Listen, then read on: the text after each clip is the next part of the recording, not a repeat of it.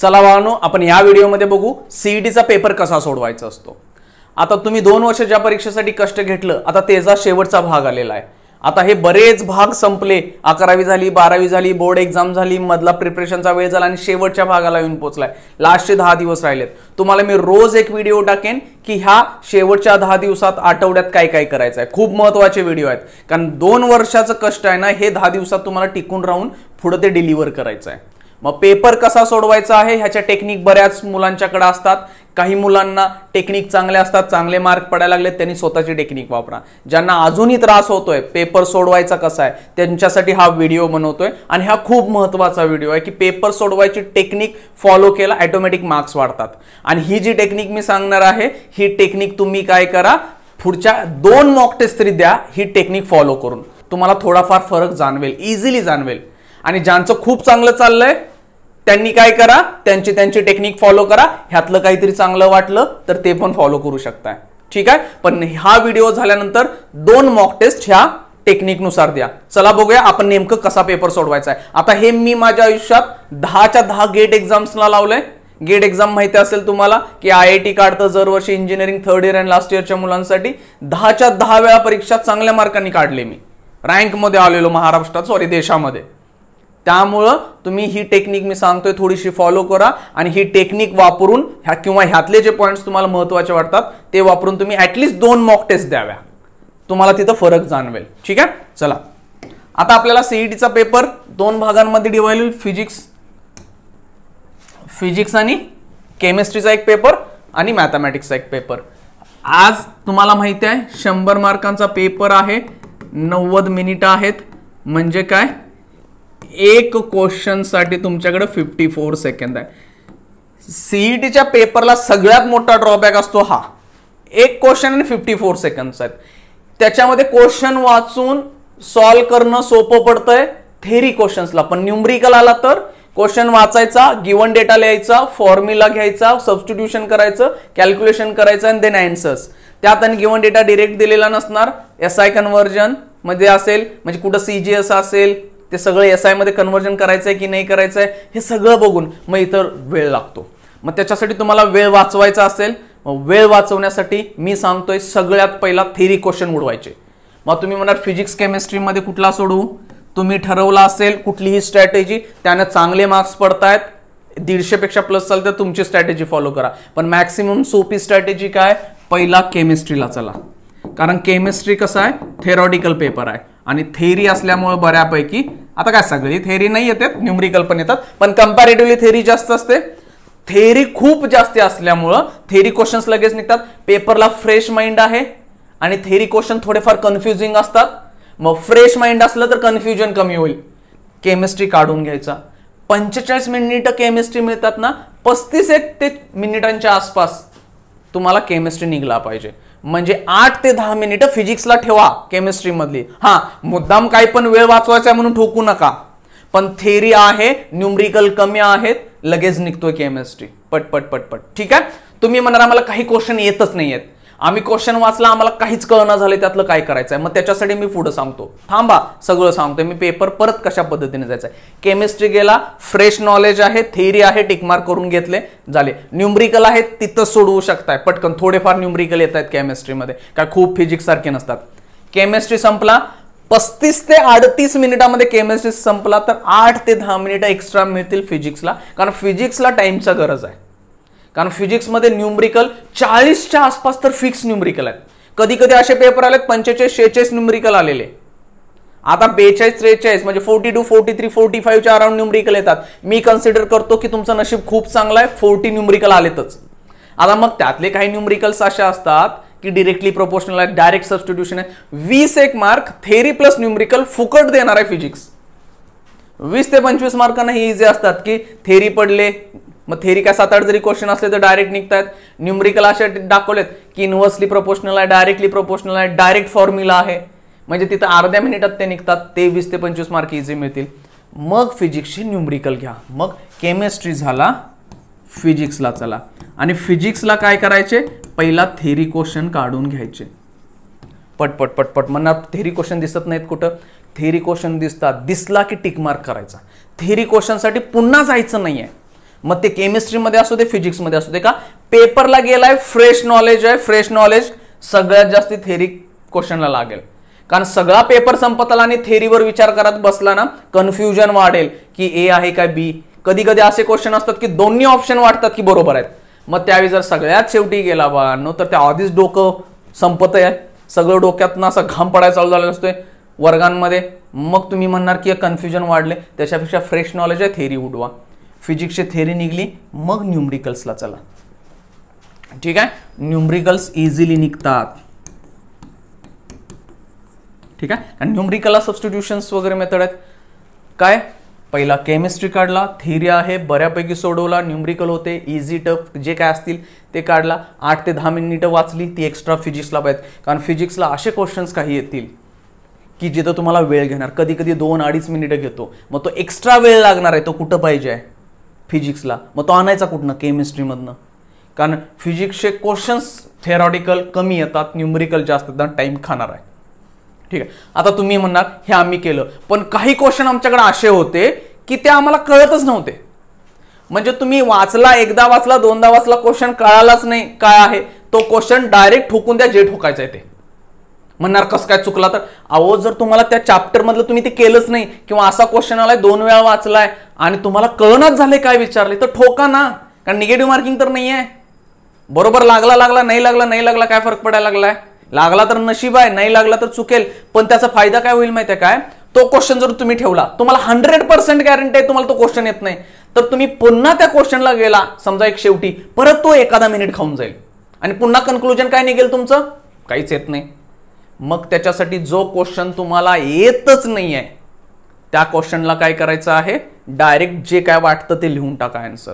कारण त्यानं पहिला क्वेश्चन वाचला, काय येते काय बघण्यासाठी 10-15-20 सेकंद खाल्लेतच ऑलरेडी त्या क्वेश्चननं. आणि जर तुम्ही तसं ठेवला आणि पुन्हा फिरून आला नंतर, तर परत तेवढाच वेळ खाणार आहे आणि परत कन्क्लुजन तेच आहे की तुम्हाला येत नाही. त्यामुळं काही माहित नाही, 100% माहित नाही तुम्हाला, तो क्वेश्चन टाका तिथं करून.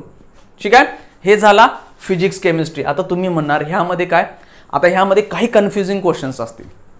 कन्फ्युजिंग क्वेश्चन, थेरी क्वेश्चन तर थोडं कन्फ्युजन लवकर दूर होईल. पण न्यूमरिकल एखादा आला, तुम्हाला वाटतोय न्यूमरिकल तुम्हाला येतोय पण तो लेंथी कॅल्क्युलेशन्स आहे, तसे क्वेश्चन्स आहेत ना तुमच्याकडे रफ वर्कला दिलेलं असतं, रफ वर्कला ते नंबर लिहून ठेवायचे. समजा तुम्हाला एक केमिस्ट्री आहे ना तुमचा, केमिस्ट्री मधला तुम्हाला बाळांनो एक 7 नंबरचा क्वेश्चन येत नाही, तो तिथे लिहून ठेवा. मग समजा एक 32 नंबरचा येत नाही, एक 47 येत नाही, हा नंबर आहे, हा सगळ्यात शेवटी जाता येते ह्या क्वेश्चन्सला. का तुम्ही कन्फ्यूज होता की तुम्हाला असं वाटत होतं तुम्हाला येतोय की नाही येतोय, ह्यामध्ये एकतर कन्फ्युजन होतं, प्लस टाइम किती खातो हे आणि कन्फ्युजन होतं. मग हे क्वेश्चन्स तुम्ही टिकमार्क करून ठेवलेत, म्हणजे खाली कागदावर लिहून ठेवलेत. मग आता तुम्ही म्हणणार आम्हाला ती सवय झाली. हा, तुम्हाला चांगली सवय जर झाली असेल, म्हणजे कुठली, marked for review, save and next, म्हणजे सॉल्व केलाय परत मार्क्ड फॉर रिव्ह्यू करून ठेवलाय, किंवा सॉल्व्ड आणि परत मार्क्ड फॉर रिव्ह्यू, हे कन्फ्युजन असतं. हे परत परत लक्षात, सिंपल साधी टेक्निक तुम्ही पुस्तकांमध्ये कशी केले, सोडवताना कॅल्क्युलेशन कागदावर केले, एखादा सेकंद लागतोय नंबर लिहून ठेवायला, त्या तिथं तुम्ही कन्फ्यूज आहे, पुन्हा तुम्हाला रिव्हिजिट करायचं, एका कागदावर पटकन लिहून ठेवला पहिल्याच पेजवर. असं करू नका एक पहिल्या पेजवर 1-2 नंतर 1-2-3 मागं पुढं, असं नाही. पहिली एक जागा मोकळी ठेवायची आहे आणि त्या मोकळ्या जागेत फिजिक्स टाकायचं, केमिस्ट्री टाकायचं. मग फिजिक्स मधले पण असे 3-4 क्वेश्चन आहेत की तुम्हाला पुन्हा व्हिजिट करायचे होते, त्याचे पण नंबर समजा 11 होता, 21 होता, 29, असे क्वेश्चन लिहून ठेवला. पहिल्याच पानावर बघितला हे क्वेश्चन मला त्रास देत होते, त्या क्वेश्चनवर मी गेलो, जर वेळ राहिला तर. मग तुम्ही म्हणणार अहो वेळच राहिला नाही सर, हे सगळे क्वेश्चन गेले, तर नाही आहे. शेवटचे 2-4 मिनिटं मुद्दाम ठेवायचे आहेत ह्या क्वेश्चनसाठी. सुटले ठीक, नाही सुटले काही पण ठोका. नाहीतर असं कराल तुम्ही, चुकून होतं 5-7 क्वेश्चन तुम्ही नंतर सोडवतो म्हणून ठेवला आहे आणि तिथं वेळच राहिला नाही, संपला, मग हे क्वेश्चन जातील.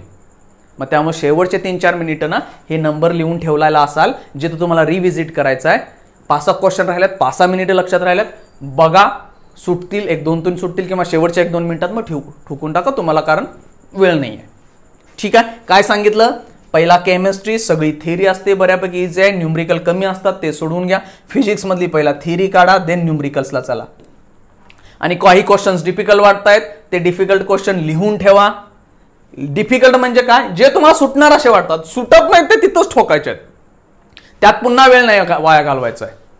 मग जे क्वेश्चन्स डिफिकल्ट आहेत, तुम्हाला वाटतोय त्रास द्यायला लागलाय किंवा कन्फ्यूज आहे, सुटेल नाही सुटेल, ते लिहून घेतलाय, शेवटी व्हिजिट करायचं, शेवटी टाइम ठेवायचा आहे, काही झालं परत जायचंय तिथं. कारण डिफिकल्ट क्वेश्चन आणि लेंदी क्वेश्चन ओळखणंच सीईटीचा सक्सेस आहे. ज्यावेळी तुम्हाला डिफिकल्ट किंवा लेंदी क्वेश्चन कळेल, तुमचा टाइम वाचवेल. काय होतंय की तुमचं एक 3-4 मिनिटं खाणारा क्वेश्चन जर असला, एखादा थेरॉटिकल खूप मोठा दिलाय आणि त्यातनं थेरीमधनं तुम्हाला न्यूमेरिकलकडे वळवलंय, तर तो वेळ खाणार आहे. आणि 3-4 मिनिटं घेऊन जरी तो सुटला तरी काय फायदा हो, बाकीच्या 2-3 क्वेश्चनचा टाइम घेऊन गेला की तो, आणि नाही सुटला तर आणखीन डोक्याला ताप, वेळ गेला, तो मार्क पण गेला.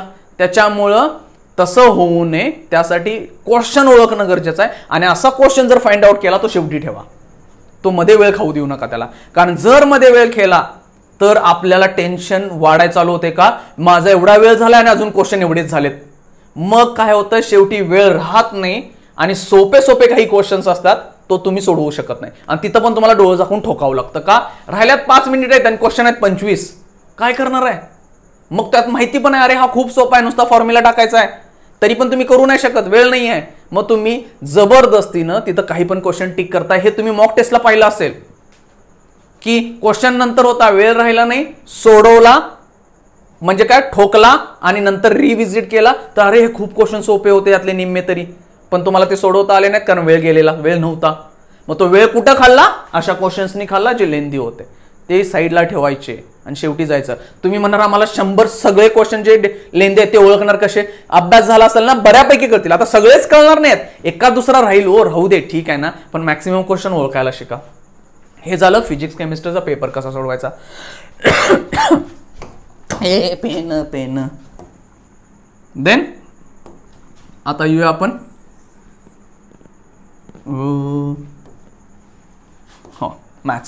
मॅथ्स पिक्चरचा हिरो विलन सगळं आहे. कारण मॅथ्स काय करतो बाळांनो, मॅथ्स बऱ्याच मुलांना असं वाटतं की खूप सोपं आहे, पण ज्यावेळी पेपरला बसतात तो तारे जमीन पर राहतोय. 2023चा पेपर एक्झाम्पल आहे. 2023चा जो पेपर होता मॅथमॅटिक्सचा, तो पेपर टफ होता.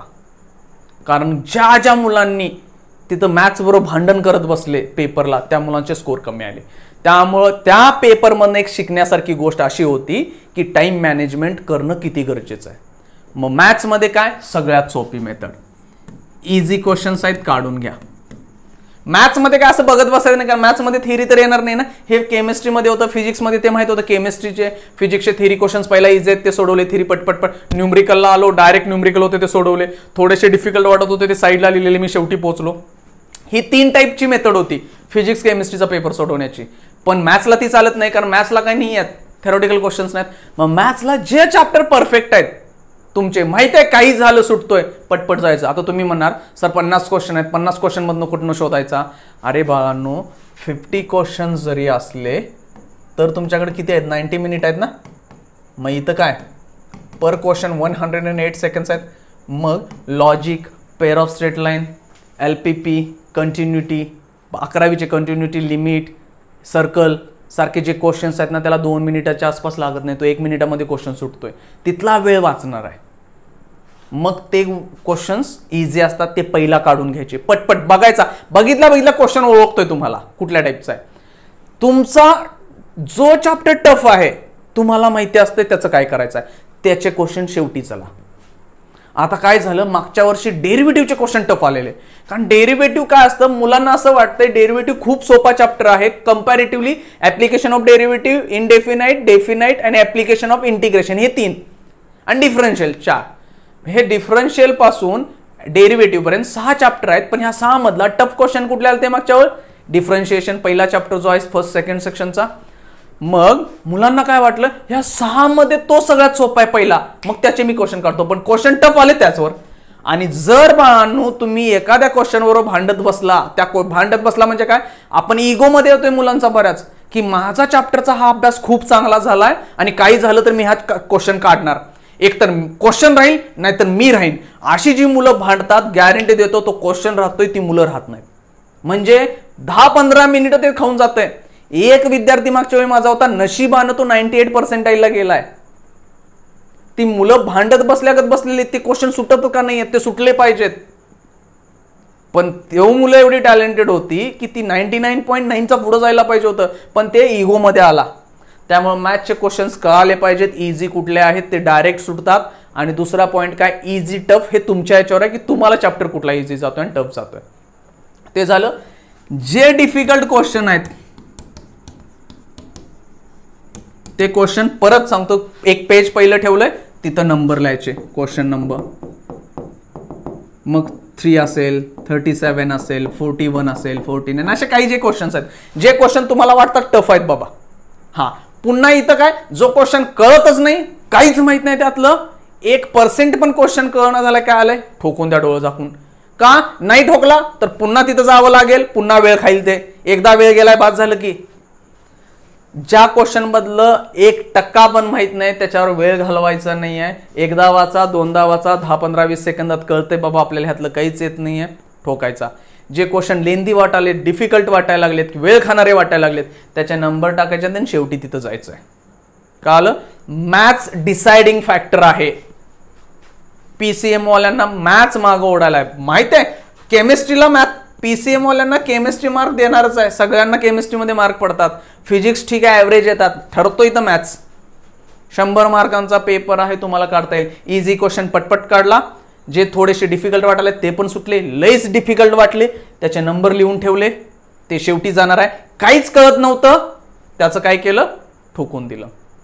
3 स्टेपमध्ये पेपर सोडवायचा आहे. हा पण 3 स्टेप होता. काय स्टेप होता, पहिला थेरी, नंतर न्यूमरिकल, जे डिफिकल्ट वाटत होते त्याचे नंबर लिहून ठेवले, शेवटी तिकडे गेला.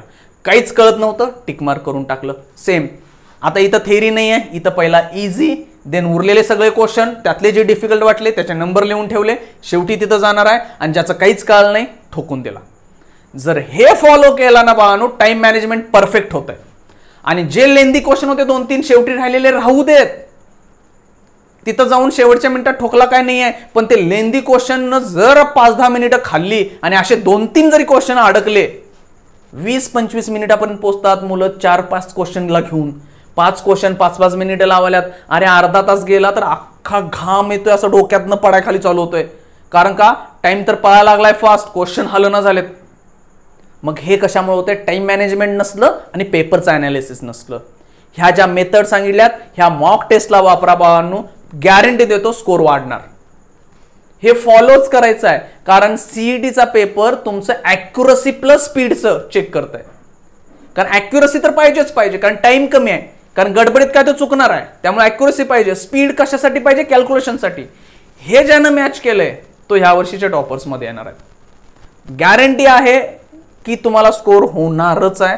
फक्त ह्या गोष्टीच्या इथं मी सांगितल्या थोड्याफार मी माझ्या आयुष्यात वापरलेत, त्या तुम्ही एक्झाम्सला वापरा. डायरेक्ट पेपरला वापरण्यापेक्षा 2 मॉक टेस्ट द्या, स्वतःला कळेल.